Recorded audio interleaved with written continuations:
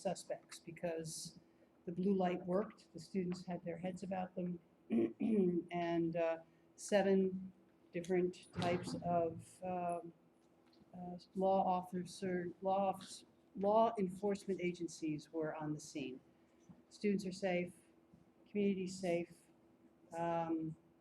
It is probably related to heroin, and we know that is just increasing everywhere. Ann Hopkins Gross is not here because she is moving into her new house, but she and the chief and the entire team worked it through beautifully. We had 2 emergency meetings to deal with it. Right now, the campus seems fine. I was walking around a lot yesterday, checking with students, how you guys doing? Emails have been going out. Counseling Center has been involved. Residence Life's been involved. It's everything we possibly can do. And the investigation is ongoing. The other Facebook incident, we put that, there is a resolution to that, which I, for FERPA reasons, cannot share at this point, but that has resolved as well. Just know that both Facebook posts on both incidents are not correct. And how do you handle that? You know, you don't go on and say things that, in terms of whether or not somebody was wrong. But the good news is it's incorrect. The bad news is how do you get that out and protect everybody's rights. So, any other questions or comments on that? I'm sure it's spread everywhere, far and wide. Okay. Just know the team did a fabulous job. I stand behind the work on both counts, and we did inform SUNY of both counts.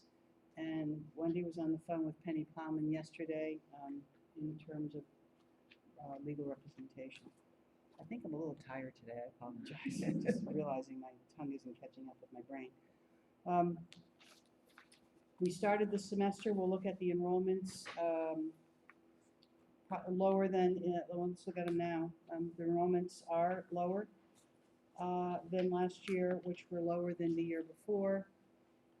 They represent a 2-year 9% decrease in enrollment. We will look at the budget later. Wendy has a fabulous budget analysis that we not only sent out to the community, those council members who were at convocation saw it, but the other piece of this is the entire community is stepping up. FASP, the Faculty Committee on Budget, and Wendy are putting together a subcommittee working with us to figure out how to get us through this year and the gaps we have. People are owning it, and people are not pointing fingers. And I have a 10-point plan. I thought we could share it today with you, but some of the numbers are not quite ready, and I don't want prime time yet. 10-point plan and a memo going out to the community. I'm hoping by the end of the week, the cabinet has reviewed how we're going to get ourselves through this year and how we're going to go to the future. The notion of destination college is really catching on with the community. I think folks are feeling better and looking forward and understanding that we do have a lot to offer. Those of you who saw the convocation PowerPoint, I hope that speaks volumes in terms of the good work we're doing. What I'd also like to do, I've asked the cabinet members to be prepared. You know, we don't like show and tell per se because boring, but we also want to make sure to have a conversation with you where we see our challenges and next steps, and we have a couple PowerPoints that we want to show you of the good work we're doing. I also have my end of the year report that we just want to show you where it is, but I believe we handed out, did we not? I did not. Okay, we were in crisis mode most of the day yesterday. This is what you're getting, because it's hard to see it on the PowerPoint, is the my opening letter in the end of the year report.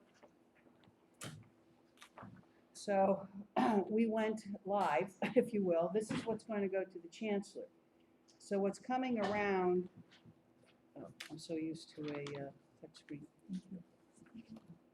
What's coming around is this letter, which is, it's easy to read if you're in front of the screen. It's not at all easy to read. That's why you're getting that. but it's forward-looking. It builds on the 100-year history, the momentum we have started, and it's just, again, it's looking at last year, but it's looking forward. Everything is looking forward.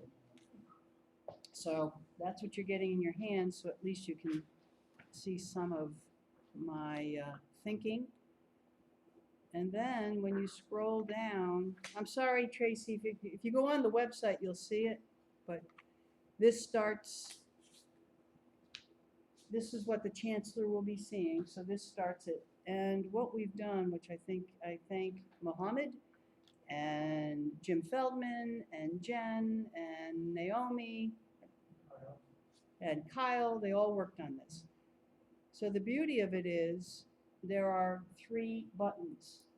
So the first one is who we are, the college overview, where we're going. The second one is where our new programs and what is happening. I'll show you one of them. And then the next one is all about our mission. So if you click on the button, where's my arrow? Here it is. Come on. You'll see this is what we're going to be working on. So we are rethinking the 2-year, as you may know. It's a little confusing and has been. Are we a 2-year or 4-year or what are we? So what we're doing with the 2-year, where we're expending our opportunities. I'm not going to spend a lot of time on this because you can see it, but each area has what we are doing and where we are. So that's that area. Mohammed, do I just go back? Yeah. And then the academic year in review pretty much is what I believe we did at convocation. Yeah. All the awards we received, everything we've been doing in the past year. So all of that is in there. And all the text. Everybody helped with the text, how we align with SUNY. I think it's a very compelling and exciting report. And then this one is obviously our overview and the kinds of things we will be doing. Our living laboratories. Again, I'm so used to a touch screen. So.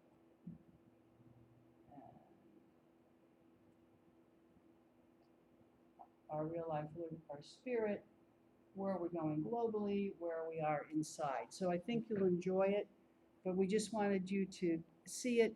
It's on our website. Well, it will be on our, is it live now, Mohammed?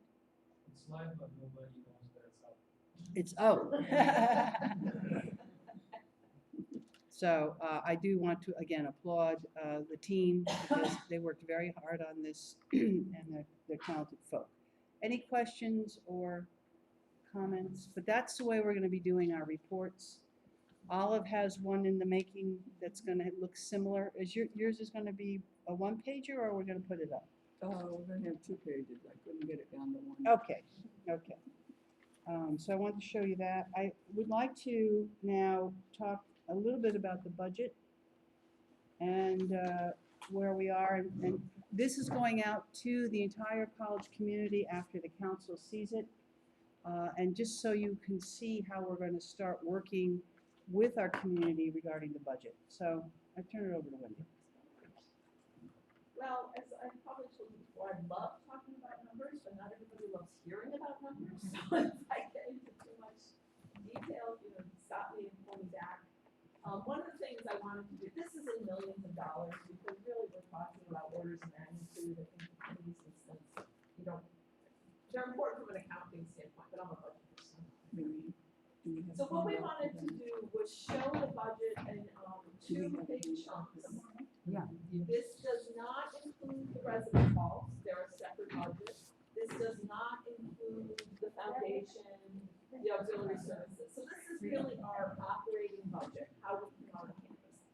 The top part is our state tax support. The middle part is IFR and Sutra. And then as I read over it, I said, you guys probably don't even know what that means. So what those are revenue generating funds. So it's fees, it's tuition for special programs like summer school, it's those kinds of things. It's basically, it's not state tax support and it's not tuition. It's pretty much everything else. And then we wanted to look at the 2 pieces together because that's how we kind of think about the whole campus budget as those two pieces.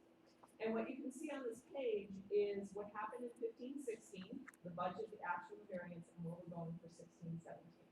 And so what I want to show you is if you look at that first line that says state tax support plus tuition, for 15-16, we budgeted $23.7 million. We collected 23.2, and that's because of the enrollment shortfall. So we were off by about $500,000. When we built this year's budget, we knew that enrollment was going to be down again, so we built in another $500,000 shortfall. So although the budget went down $1 million, it's really a 2-year problem, 500 in each year. Now you're probably thinking, how come we didn't go into crisis mode? Well, we got lucky, to be honest. It was a very mild winter. And so our utilities expenses were much lower than we had budgeted for, and that covered up a lot of the gap. Also, departments don't always spend what they say they're going to spend, which is very helpful. So if you can see the expenditures, we thought were going to be 24.9, we actually came in at 24.6. So we had about a $200,000 difference. The bottom line is zero because if you go back up just a tiny bit, use of reserves. We budgeted zero, we ended up using $300,000, and that got us back. Now, if you look at 16-17, again, I talked about the revenue being down 2.7. IFR overhead. So what that is when programs generate revenue, and some of you probably already know this, we take an overhead charge, the infamous 14.3%. And that overhead is because those programs are using state resources and essentially they're reimbursing the state for the resources that they're using. For the past, I don't know how many years, we budgeted about 1.2 million to use in our budget. We actually generated closer to 2 million. So on an annual basis, that $800,000 was going into our reserves. Well, this year we knew it was going to be a hard budget, so we budgeted the full $2 million, and we are budgeting another $800,000 out of reserves to get us to a balanced budget. The expenditures are up from last year. There are some planned investments that we made, especially in faculty and staff, that we need. There's some programs coming online, we have to pay for the faculty to do that. It is a zero budget, it has to be. And then I just wanted to talk a little bit about the IFR piece in the middle. The most important piece is even if the programs come to us and ask for a budget of $100,000, they can't spend it unless they generate the revenue. And so that's why, last year, we thought they were going to spend $9 million, that middle section under expenditure. They really only spent 7.2, which was less than their revenue, which we did. So I think those are the highlights. You can see the notes to the side. Oh, actually, one other thing to mention is the TAP gap or the tuition credit. I think many of you are familiar with that. When the $300 tuition increase was put in place 5 years ago, the campuses were responsible for the difference between what that tuition was and how much TAP aid the state provides. And that's now costing us about $1 million a year. We're generating more revenue than that, but we're not absorbing it all because we have to pay for the difference, which from a moral perspective, I totally get. These are the students that really need it, but it is costing. Let me add to this. This is where SUNY was talking about the rational tuition for 5 years and its increase, and saying to the campuses, you can use this to hire and do next steps, and but also we had to cover the gap that because the TAP didn't raise. I finally raised my hand at the meeting because there are many campuses, or like ourselves, who said that didn't work for us. So when the chancellor was saying you got people, 90 faculty were added, campuses like us barely made it. We did not benefit that much from that rational tuition. The other issue too, and Wendy knows the cutoff, we have more students who are recipients of Pell and TAG than other institutions. And that's what Wendy means by the moral piece, is that we will do this, but when we hit a certain number, we do get some of it back. But it does cost us $1 million. It would cost us more if SUNY didn't help us with this. But So when you're hearing about rational tuition helping out the campuses, it didn't necessarily benefit us in adding, it helped us keep a gap from getting bigger. Okay, I just want everybody to understand that. And I think I'll stop there, because like I said, I could talk about this for hours, but if there's questions, please let me know. And of course, if you have questions outside the meeting, I'm always available to talk to you. This is what the campus community saw. They're gonna get it again, particularly, Angelica, we added all these notes from the meeting. The budget committee actually has a subgroup. Thank you for that proactive. The FAST committee has a subgroup to work with Wendy to help us with next steps. So I wanted to thank you for that. Any other question, any questions? I would assume that the family income and expenses are included in these. Right, that Yes. central section of the revenue generating. Here's the question, Phil, that it's so complicated and yet, and that's what makes it so exciting. Where do we say it's okay to have where we may be running in the red, so to speak? We are a teaching campus. We are a very expensive applied learning campus complex. To me, as people know, where there may be shortfalls doesn't mean that it goes away. We have to support what we have to support, but we have to figure out how to do that. So, because for example, when I got here, I heard the Equine Center was $200,000 down. I said, well, that's okay. Let's figure out how we can better utilize it as a program. So now we have a therapeutic horsemanship program. Next steps with that. So that's also part of this, you know, that not everything can be revenue generating. There are some programs that are more expensive than others, but then you have to be careful of the cash cows. You don't want a cash cow either. So I just wanted to.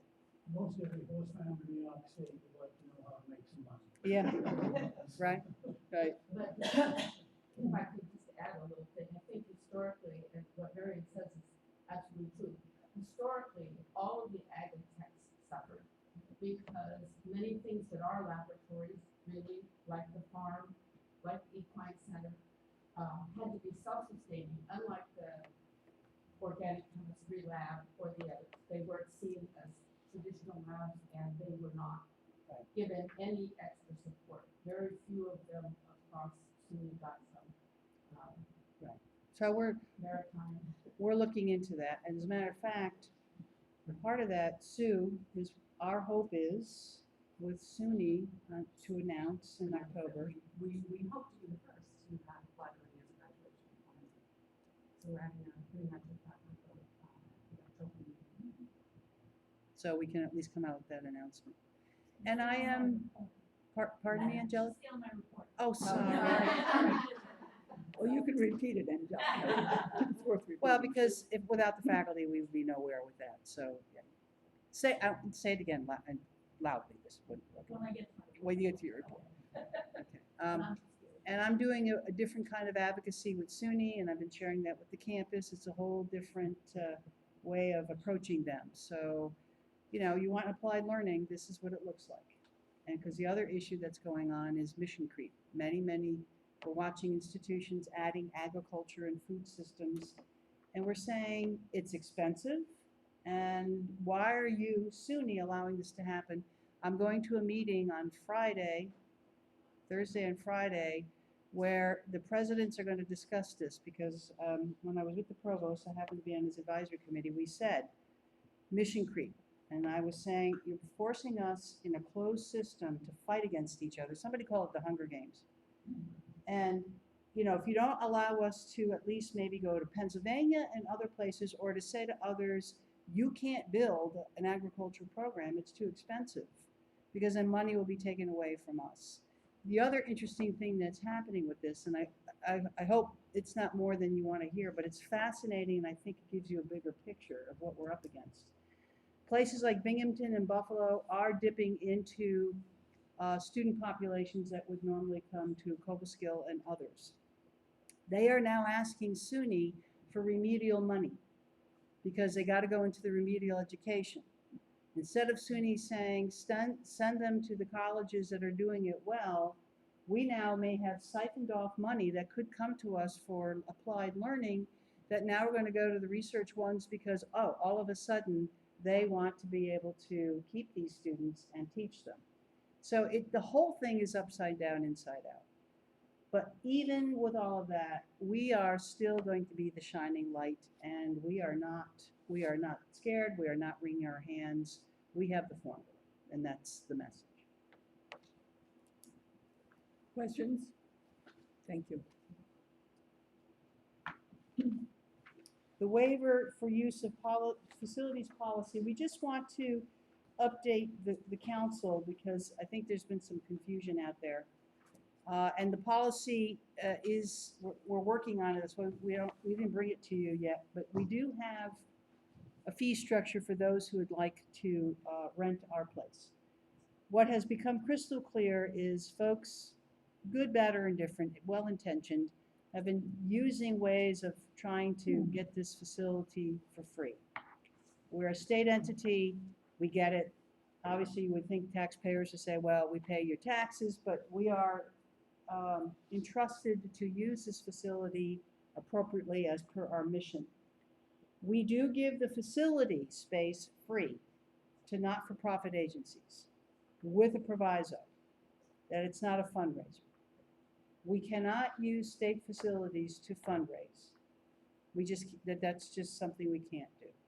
So that's one piece. So even when they come and want to co-sponsor with student government has to get part of the fundraising funds for it to be an okay thing for us to give the space for free.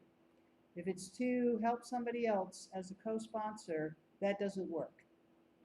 9 Ws have to be generated. However, okay, so all of that, but the other piece, it's just the facility.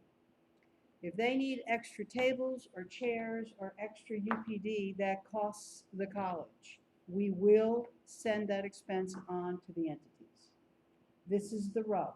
This is where people may say we're not being good citizens, but we can't use state money for private funding.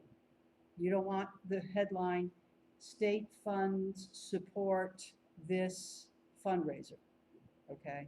So I just want you to understand we're finally getting through this, even the word co-sponsor. For example, we have a fabulous Harvard market, holiday, but all the clubs are there raising money for their clubs. That's why that works so beautifully. It's a perfect example of a partnership.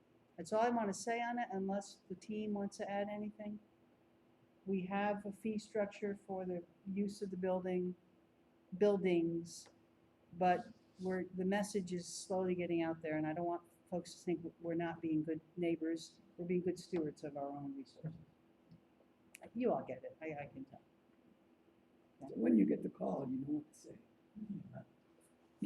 Is that going to highlight what happens with things like marathon for better life? We're gonna have to figure it out. The That's gonna be a big win college, in the community. I appreciate that. The college funding of that is astronomical. And we have to figure out what it means to be a good neighbor. That one, we let it go last year because it was too difficult to figure out. We get it, but we do have to figure it out. I don't disagree with you, I'm just saying that one has community heartstrings that are very strong. I appreciate that. Well, if there is some fundraising opportunities for student clubs, maybe we use that, but it's got to fit. Because I get it. I know that. I'm very well aware of that one, and I'm very well aware of another one that's coming down the pike. Any questions? Thank you. Now we get to a favorite of it's been around for a while. A request will be coming forward, I'm told, for an individual where there's not a financial piece. This is that other important aspect that we put into the naming policy. I think we missed something that we should talk about. When it came to my attention, I said, great, it's working, but then here's the issue. If there is no money attached to it, so what's going to happen if we don't figure it out? I will, along with Lois, have to fundraise for a scholarship fund where there's no money, and will take it away from the strategic fundraising that I must do. So here's the issue. A name comes forward. There is no plan for how to start funding it. The plan is for the college to use resources to start it from zero and build it up. Now, we can talk more about that, but on top of all the other strategic initiatives we're doing, how do we address an important naming situation? I'm being honest and I'm being direct. But that's, I mean, if we all think that's okay, go for it. It's not going to get the kind of attention. It's not going to get the kind of attention that other initiatives that we have identified are going to get. I'm confused. As you know, I've been pushing on this for Yes. 4 or 5 years at this point. And I've only had one particular name, but of course in the last couple of weeks, certainly another name has surfaced. And, but I'm gonna just, at the moment, for the sake of illustration, stick with my original name. We have to raise money just to put a picture on the wall. It depends, no, it depends what we're thinking about. But if you're putting a picture on the wall, are you just putting a picture on the wall, you're saying that picture is the name in the facility? You want to name a room? Is that what you're saying? No, I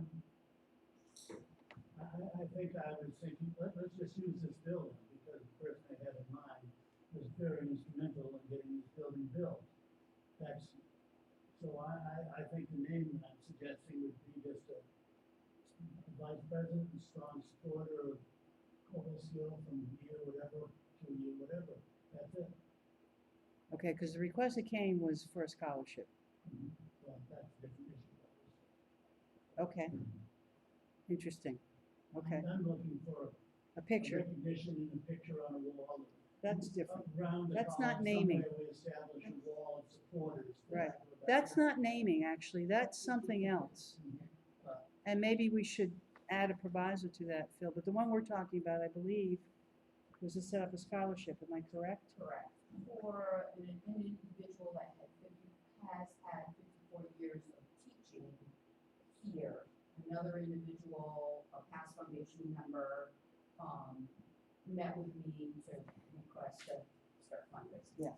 So So that, Phil, yours is very different, and I think we can handle that. This is, somebody said, oh, naming, here's a name, college, there's no funding that we're gonna give you, you've got to fundraise from zero. That's the one we're dealing with right now. So this is just naming a scholarship, not a building or a. Correct. Correct. I think the piece that needs to go along with that is any endowed scholarship has a contract. Over 5 years, $2,000 a year, for 5 years, comes to $10,000. So there's an individual or individuals that sign it, much like yours. Right, so you just. In this case, they want to have a named scholarship, but no one wants to take the personal onus of seeing that that scholarship gets to $10,000. So the onus would be on Us. No, that's simple. I agree, if you're not going to put up the money, raise the money yourself and put it up and then say build it, that's a different matter. I agree, that's what you. So what I'd like to do, Olive, if whatever you think would be the best use of the council, I'd like to put a little bit more into this. Phil's is a completely different situation. I do think we should address it, and that's easy. But I'd like to review the naming policy to say, and look at, because we can't do that. We can't do that. But maybe for buildings, aren't there state regulations about? Yes. That's a certain amount of money. But this allows us, though, to, the person doesn't have to be a major philanthropic financial donor. Right. I like that. But we've got, I don't know if we have the right infrastructure in place to go to the next level with it. I think we've only done half the job once this came up. Yes. Doesn't that really just fall under the Lois's department entirely, with scholarships and endowments? Right, but we'd like, since the council endorsed this and shared governance is here, we'd like to just talk about this a little bit to say, are you okay as advisors to say, well, yeah, go to the next level, talk about there's got to be some starting a funding, or it's gonna be dictated to us how we're going to use our resources to fundraise. That's, I think, is missing. Now, maybe you all can say, just do it, guys, we're good. But there would have to be some, I mean, you can't suggest that anybody from the community can, or anybody can just walk forward and say, we want we want you to start a scholarship with us. I don't see that that's even feasible. That's not what this was about either, right? And it would become very cumbersome, as Ann said. People have a strong, warm feeling in their heart for someone, and they just think, oh, the college can take care of this. And we Right. have to, as you said, make good use of the resources we have. Right. And I see the put up or shut up. Right. Put up some money. But you have to be careful about it depending on. I was just saying, Who it is. that's my feeling about it. If I wanna have a scholarship, I should be able to raise money myself from Right. friends and other colleagues, somehow put something up as an ante for the pot. Well, then, But this has not always happened in the past. right, Particularly with funds or scholarships that are started here on campus, and then the college is expected to finish it up. And I've seen that happen. To Stringman's Olive's point is over the years, those scholarships that were not at full endowment, with the good work of the foundation, they have taken the golf tournament culinary extravaganza and as a board, had a resolution to say a certain amount of the funds would support each scholarship to get them up to endowment, because otherwise those funds would just sit there for eternity. If they didn't have some money in the But pot, they did. I think that's necessary. Then, how the office deals with it, if it's not a full $10,000, can gradually get it up there, fine. But I think there needs to be something put forward as a good faith support for the scholarship being proposed. we'll add to that, but Phil, in your case, I think when the proposal comes forward and what it is and the cost, I can see the college saying, we can cover that. I mean, those things are important. Maybe a $50 picture. Well, not even, I mean, even more than that, but that's different. And we should recognize that. I think the only part that's lacking in that, and we would have to decide this, is where these would be Yeah, around campus. we can do that. We would be more than happy to do that. But a lot of the, when you're talking about with raising scholarships, I still feel are still handled elsewhere on campus. And just as to some confusion to what we're doing here, the state makes it very clear that it, again, uses building listed for a $5 billion investment, and I'm just using the numbers Yeah. here. And we've considered this as 10% of the space, because it's easy. So if somebody really has to put up a lot of money to name this room, no longer Curtis Mott, but Bill Scottville, but your own room. Right. But Olive doesn't, the way I read this, Olive didn't have to put any money in, others put it in on her behalf. So that's the piece that's missing, is that others now think, oh, I'll just put a name in and you guys have to worry about it. That's the difference, that Olive didn't have to be a major financial donor to have a building named after her. I'd like to see us not going there. Yeah, okay, so we'll work on that, but your piece, Phil, is different, and if you're ready to bring something forward, we would love to entertain that and figure that process out. Okay. And the name would be brought forward to you. We said advancement, right? Right. We start to Yeah. Lois. Okay, fine. Tracy, do you have any questions? You okay there? Nope, I'm good. Okay. Okay. Campus climate, I was going to do a handout today for you all, but I just wanted to only spend a couple seconds on telling you that we've gotten the results of our campus climate survey, which is looking at diversity. The faculty haven't had a full opportunity to digest it yet, nor the community, but I gave out some 4 major thoughts about it and results, and that's all I would like to do today. The first is that for the most part, faculty, staff, and students are happy with and comfortable on campus. However, 21% do not believe that the college is open or welcoming for all kinds of folks. So it's about 70 think it's an okay, 21 don't feel comfortable. Where we need improvement, 61% felt that we needed to improve our climate in terms of welcoming diversity. 29% had no opinion. This is what is also a little disturbing. 28% indicated that they either experienced or witnessed bullying on campus. 29% experienced or witnessed discrimination based on race on campus. 41% reported experiencing or witnessing disrespectful, demeaning, and derogatory offensive behavior on campus. Students of color particularly felt the negative treatment. And many felt that the general lack of civility, that people don't know how to interact with people who are different from them. So for the most part, and that the village could be a little bit more welcoming.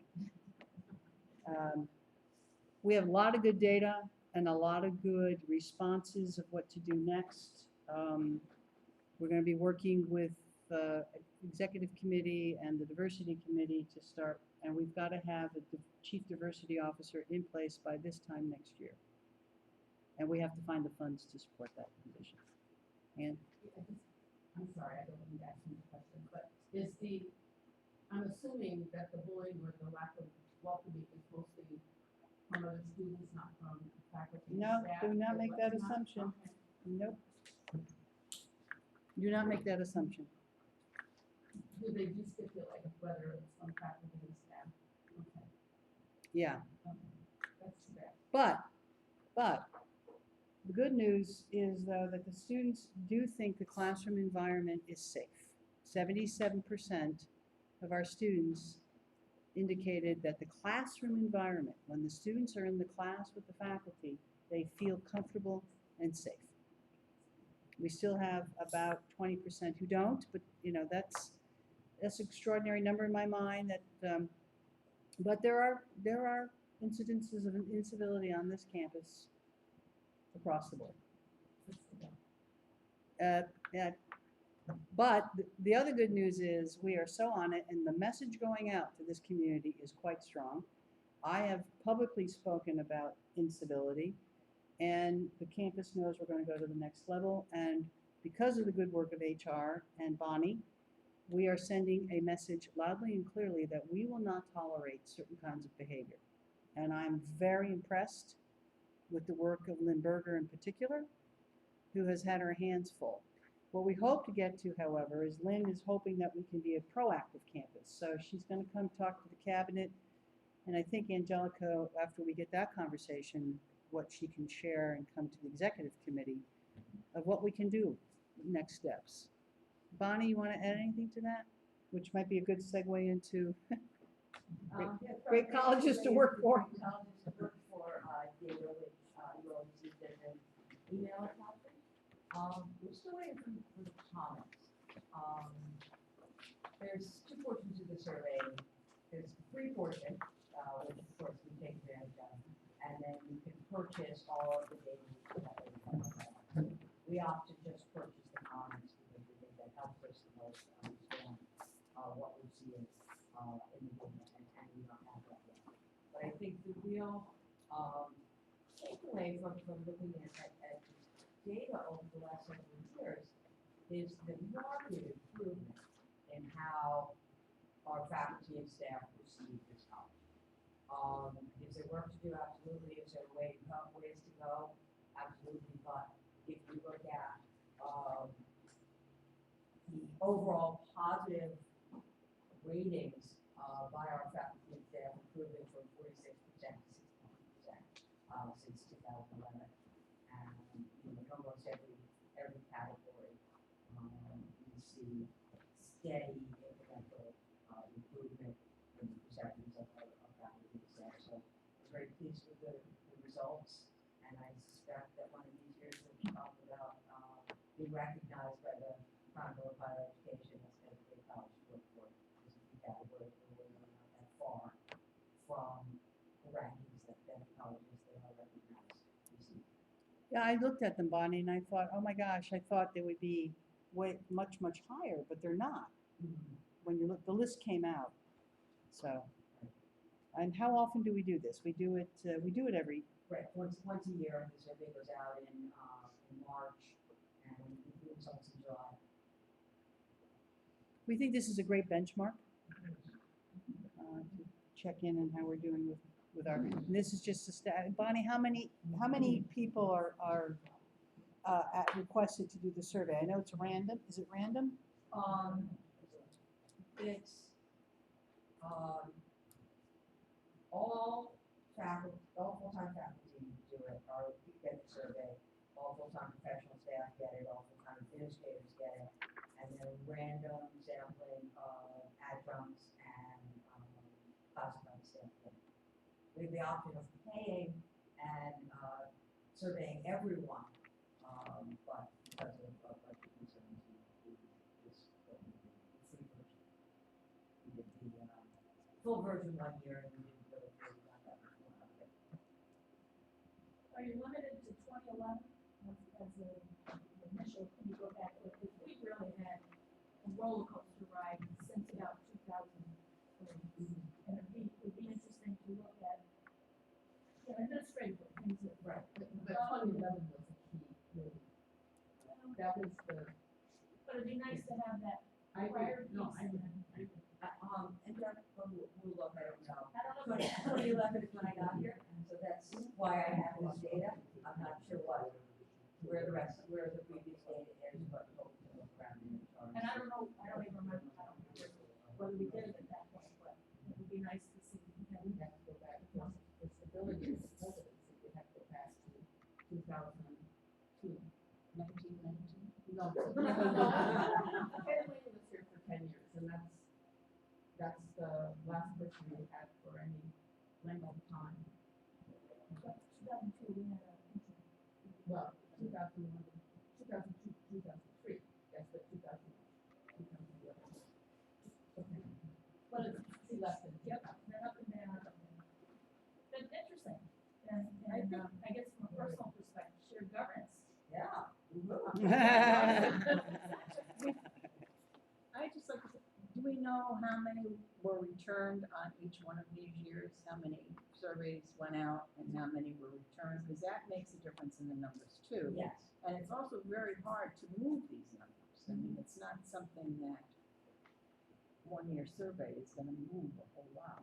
Right. But we did jump. I mean, Oh, you're yeah, right. we've It's done well. amazing in 1 year where, because those are a little, you're right, they're astounding. I mean, if you see a 2 or 3% jump a year, you feel pretty proud. Right. But, It's usually about 30% responsive. That's about 400 surveys that go out. The year we did everybody, which was 2014, HR made a tremendous effort to do outreach and percentage that responded were high. But usually about 30%. Be nice if more people responded. all right, so this is acting up, Bonnie, but what I'd like to do, every time I turn the slideshow on, I get this nonsense, but then.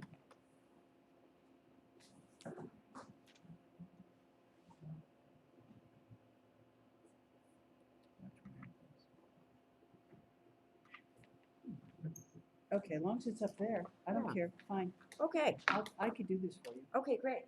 So I just wanted to quickly and proudly share a few of facilities accomplishments this summer. So let's go. Brickyard Point, that's been a project over several years, but that's, the next few slides are the downstairs of Brickyard Point before. Next slide, please. Keep going, please. Outside, the outside, and here is the downstairs of Brickyard Point now. Next slide, please. And the patio downstairs. Next, please. And our state-of-the-art dining serving area for the Brickyard Brew House.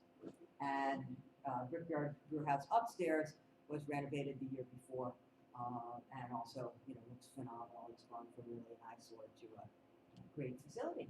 The Stallion Barn. Here's before. Next, please. The office. Lovely, lovely facility. And here it is now, our brand new canine training center. Looks like $1 million. Here's the outside. And nice modern bathroom. Draper and Piercy got brand new windows. Doesn't seem like a big deal until you see the difference in how the building looks. Registrar's office was not I'm sorry. user-friendly. Yeah.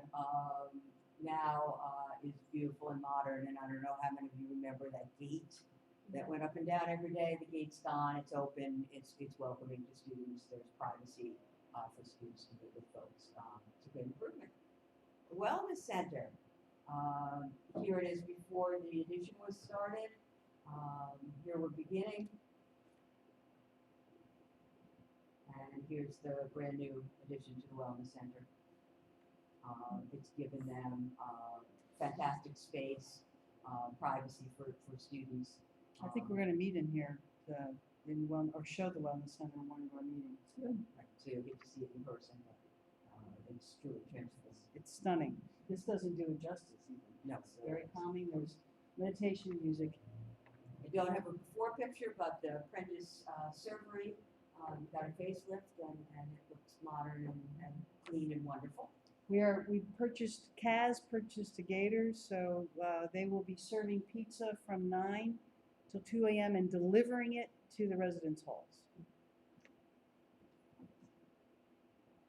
Goodbye, Ryder. Some of us are not sorry to see it. I am not sorry to see it go in the least. My first week Wow. here, I had a visit from a student who had to be taken to the hospital after passing out from the mold in the basement. Maybe we can, those of us that offices down there can claim all sorts of things caused by. Uh-oh. So, I just wanted to Yay. share. Very nice. Maren, with Ryder, the Cornerstone actually had things in the Cornerstone that are on display at the library. Oh, cool. Yeah, very cool. And I just can also add that, you probably know auxiliary services reports to me, and between auxiliary services and facilities, there's a fabulous partnership. And, you go to one side, the work comes together, and it all comes out in the end, and it's fabulous job. That kind of result. Mary, I have a question.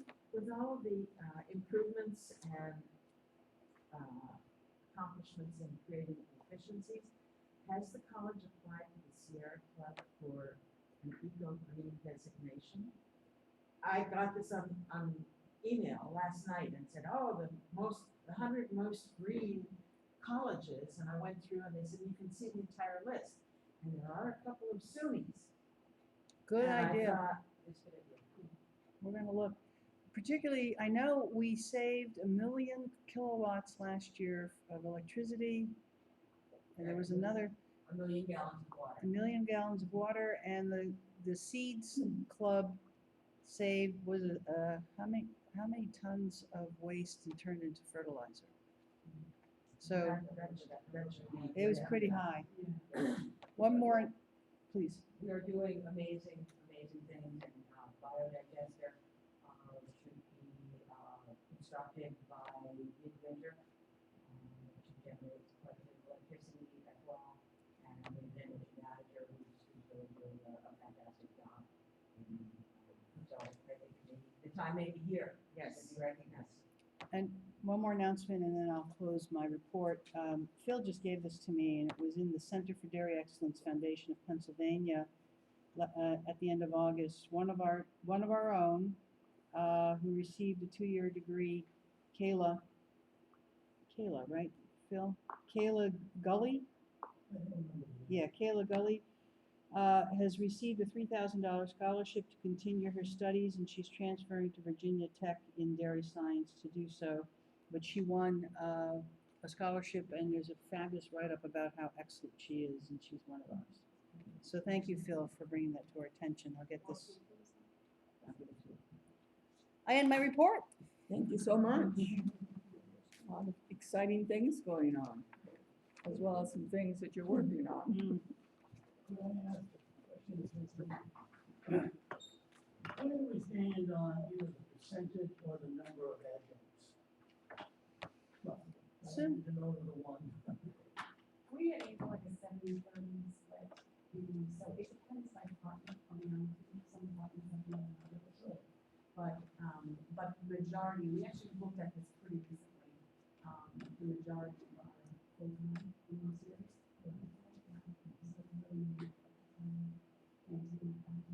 It seems like from what I can see, we do a better job than others at where we have adjuncts is because they have professional expertise and enhance the curriculum.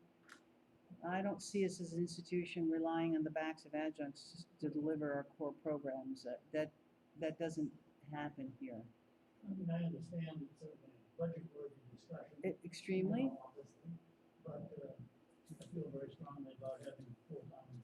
So do we. Evidence still comes out showing. The line somewhere. The other thing that would be a request from Tara, I think, would be, I would love to see a breakdown of the enrollment of different departments or different programs. We can do that. I know we have had in the past, and We could do that. If you don't mind, I'd like to wait for this, what we call the 3-week census. fine, And that's, because then that locks the numbers in. that's fine. And if I may add to that, the provost with the FAST committee and executive committee are looking at a capacity enrollment chart with enrollment management. We now have an executive enrollment management committee that has the vice presidents and myself and the provost getting to the next step initiatives to help departments target enrollment. And the other thing we've done is the faculty have complained to say that the academic structure is limiting them from being creative. So this year, I said to the faculty, with the provost's help, we are suspending the structure so that you can figure out where you can be more creative. Rather than spending a year to say what a structure should like, who cares where math goes? We care where math goes. I don't mean that, but math, what do you want to do that's so cool? Who else do you want to work with? So in a way, remove those barriers in your thinking. What kinds of incentives? And Angelica and the executive committee and Provost and I are working to say, where can we do more incentives? The bottom line is we pay the faculty, right? No matter what, we pay the faculty. Why not let them be more creative? We pay the faculty. The money still has to go to, the salaries. Why not have them have more freedom? So we're figuring that out to see how that would also shake out. Instead of step and kicking them out the door and say we can't fit you in. Quite the opposite.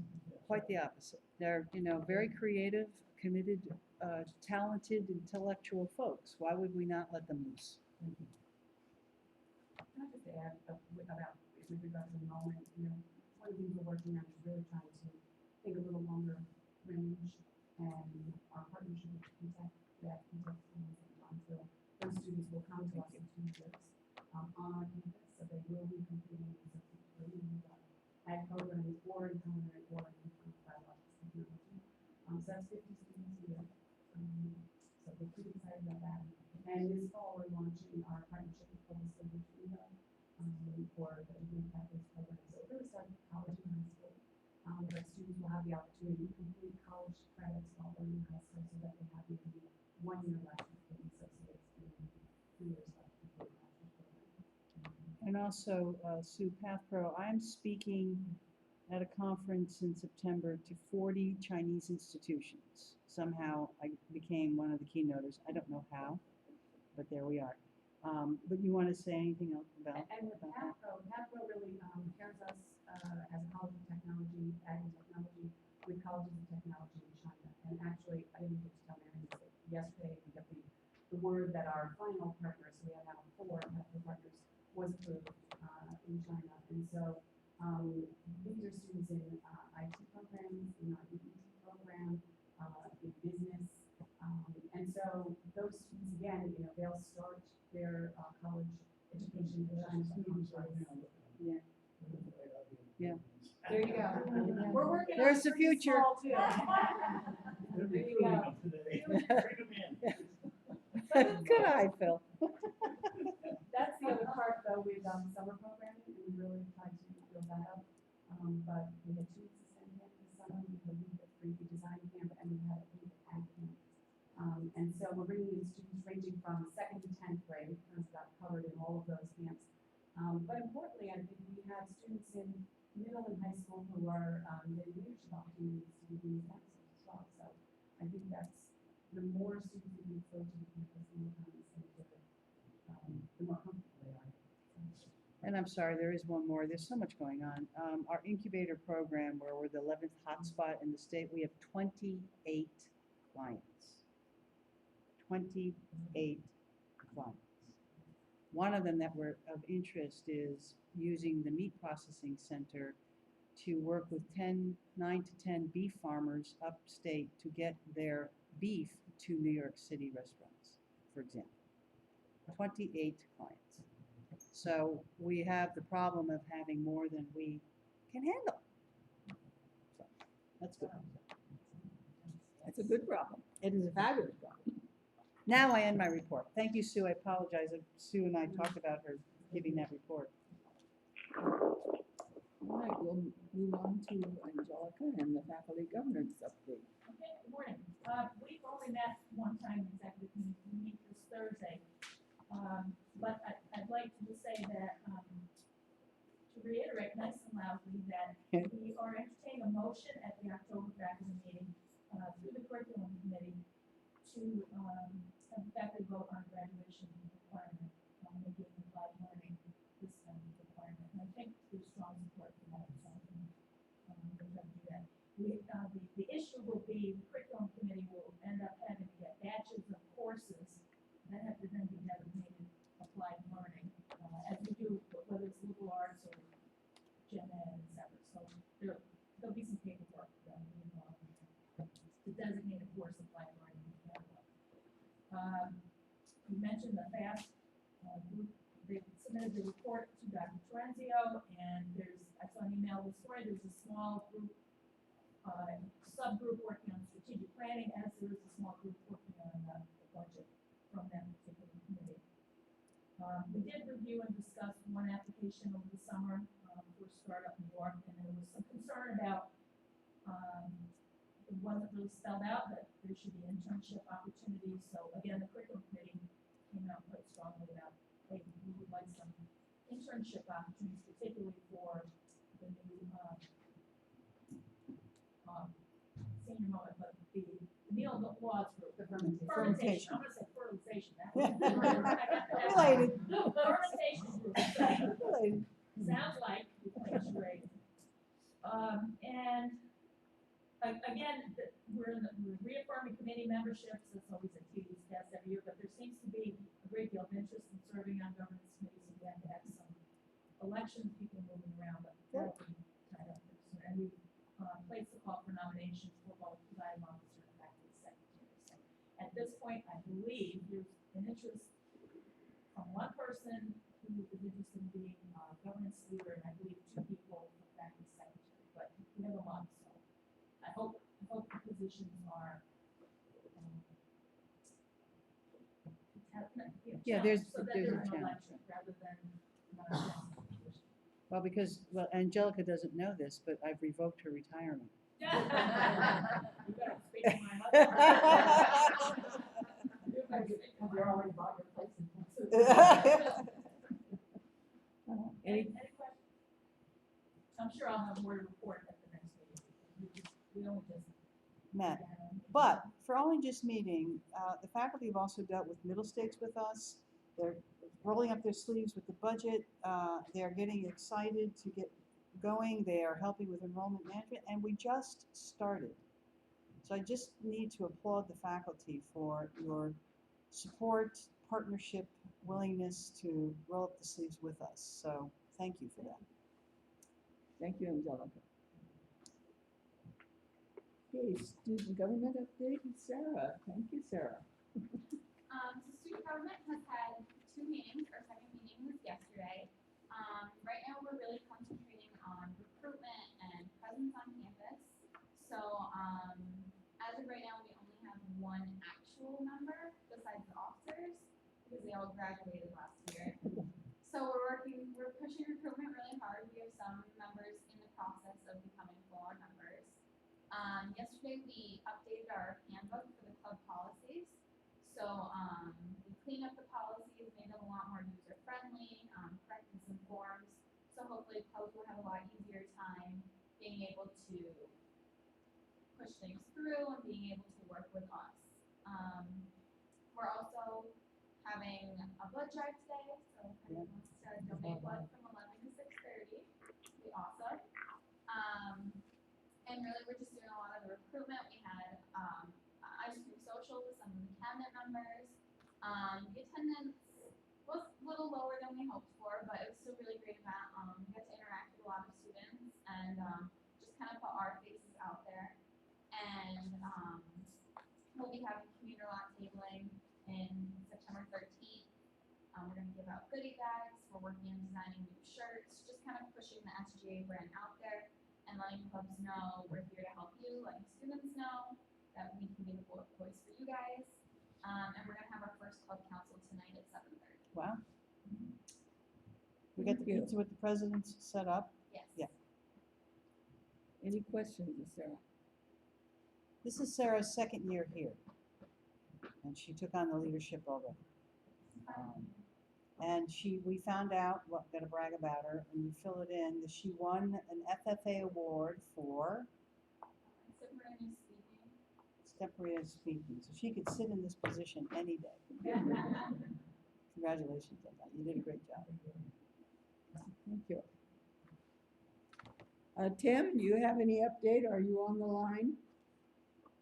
Sure am. Yeah. There's a couple of things that we're doing here at the foundation. We just completed our audit, so it's coming along, all done.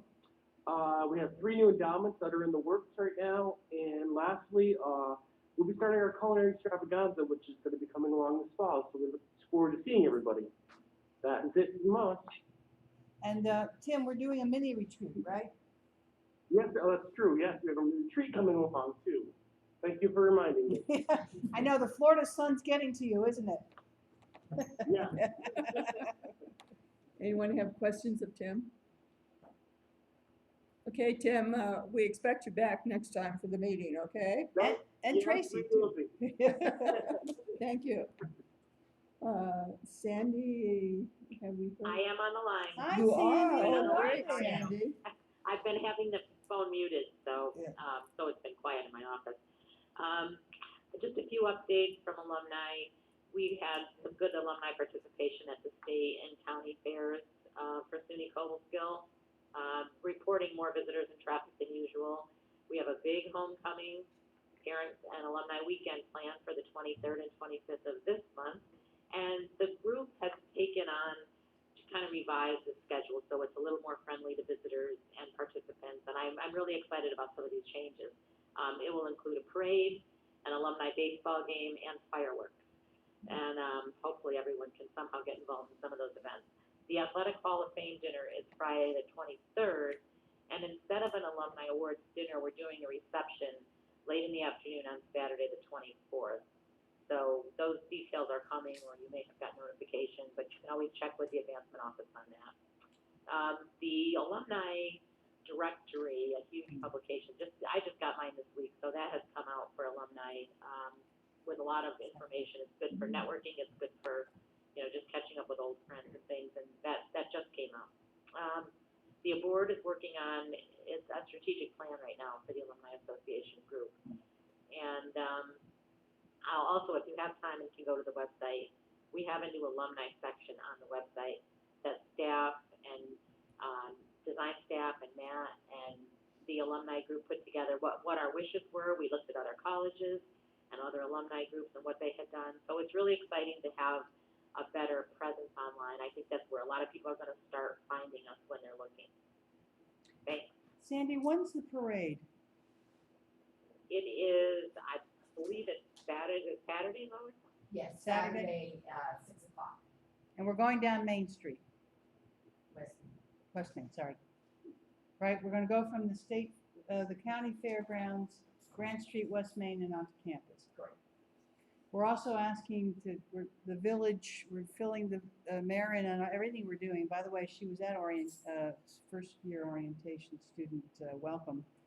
And we wanted the businesses to know that there's a parade if there's something we can do and have them set up, so that they're a part of the parade. Thank you, Sandy. All right, thank you. Any questions of Sandy? Okay. Looks like there is a lot going on, and the invitations have come out for, I think, everything except, I guess everything is out now, Lois, isn't it? Yes, the scholarship luncheon on the 20th of September, which is a Tuesday, the donor reception at Marion and Pat's home, Thursday evening, athletic hall of fame, and then alumni awards. And then Sunday morning, wrap up at breakfast at Kobe. So anybody really wants to meet and greet, we need all of you to make our constituents feel welcome. Okay, and we also have the 21st as our catered dinner coming up. And most of you have responded, well, you've all responded that you will or will not be there. Only one, I think, is not going to make it.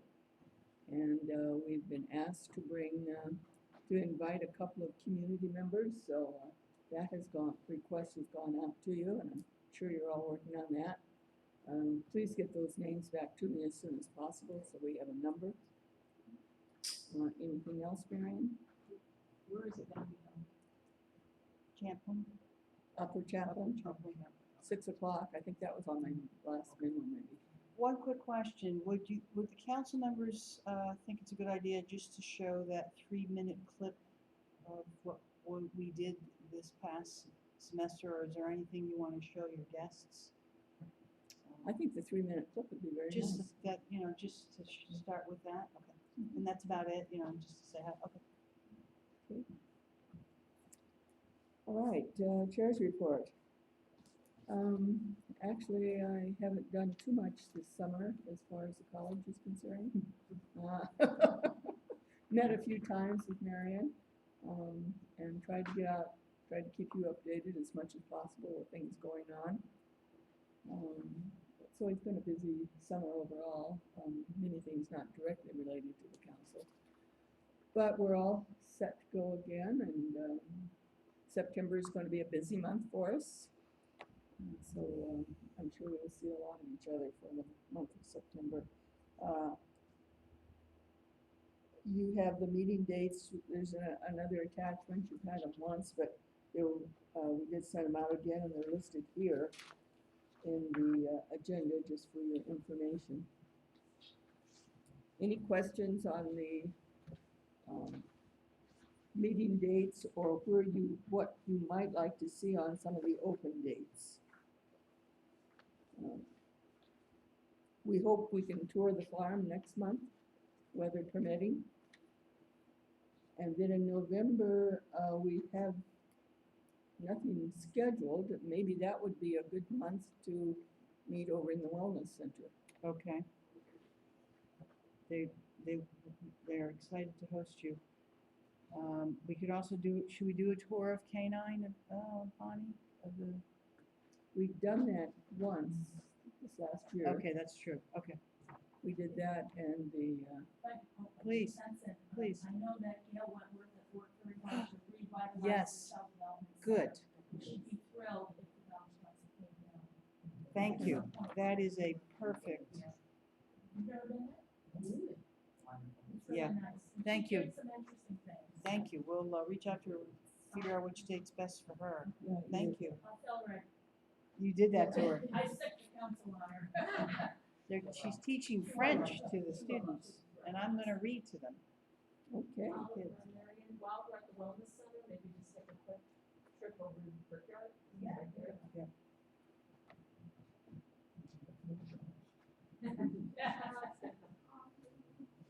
Terrific.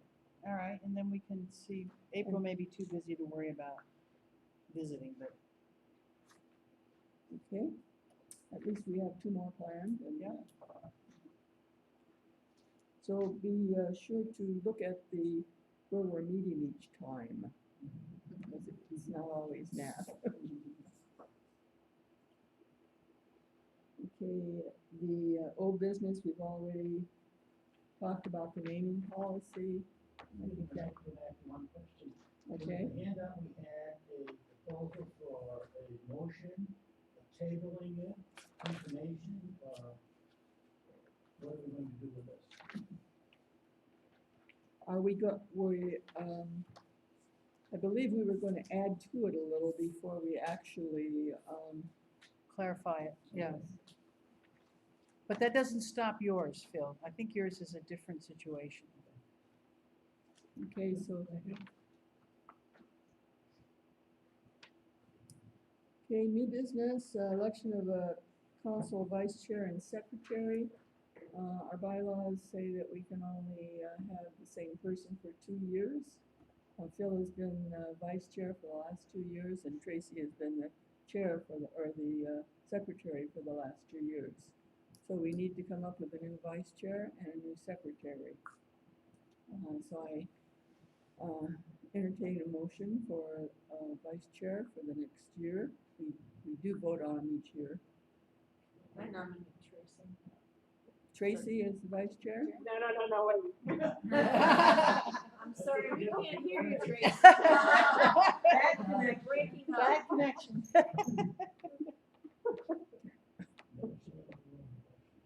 Okay, I'm fine, I'm doing. We heard you this time. She said, We'll do it. okay. Any other nominations for vice chair? Hearing none, I'd like a motion to approve Tracy. Okay, Tracy, you are the new vice chair for the next, at least year. Thank you. Yay! All right, a secretary, I'd like to entertain motion for election of a secretary. Come on. And you need secretary. No, I'm taking notes on 300 different. Yes. Richard, how about you? She's already got the pad. I will furnish a No, pad personally. It is all right, I will be a good girl. All right, you don't have, usually not too much. I understand that. Okay. You do it. All right, all in, any other nominations? I don't think so, but any others? Okay, all in, someone make a motion to elect Dan and So moved. Second. You spoke up very rapidly this Yes, time, he Richard. did. Okay, and you are the new secretary. Okay, how many are going to the ACT? I know Tracy is, and I am. Any others? Okay. I'm sorry, I wanted to go, but I have a big conflict. Okay, if anyone, Tracy, you know the drill about filling out the travel forms if you're going to ask for reimbursement. Okay, thank you. Okay, We can get her the forms, right, Amy? Irene? Okay.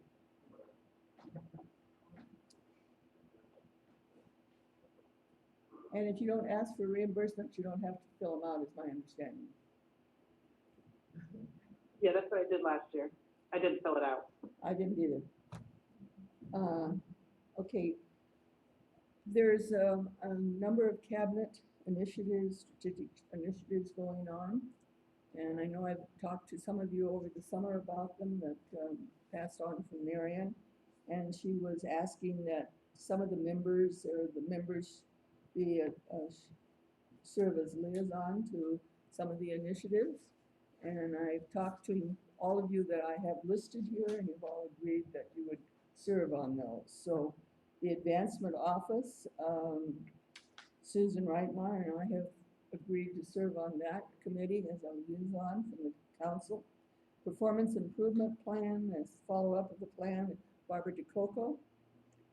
Enrollment executive committee, Eric Stein said he would serve on that.